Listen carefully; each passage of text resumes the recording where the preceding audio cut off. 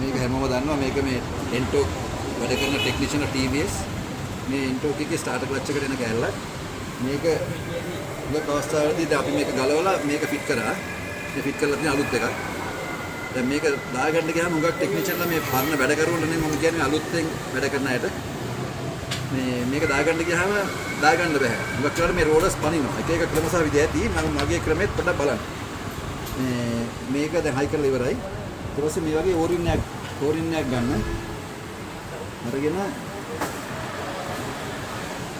ඕරින් එක මෙතන දානකොට මේ රෝලර්ස් චුට්ටු තල්ලු කරගන්න ඕනේ ඈතට යන්න.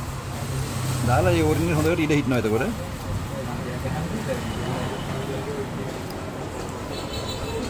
මෙන්න මේ වගේ දාලා ඔක්කොම රෝලර්ස් ටික ඈතට යනවා. ඊට පස්සේ ඇඟිල්ල මේවා සෙට් කරගෙන ගානට මේක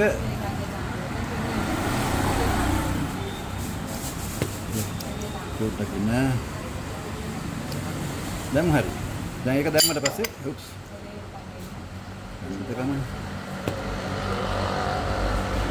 හරි. දැන් මෙමීට ඕනේ ගලවන්න. හරිනේ. හිනාන්නකෝ.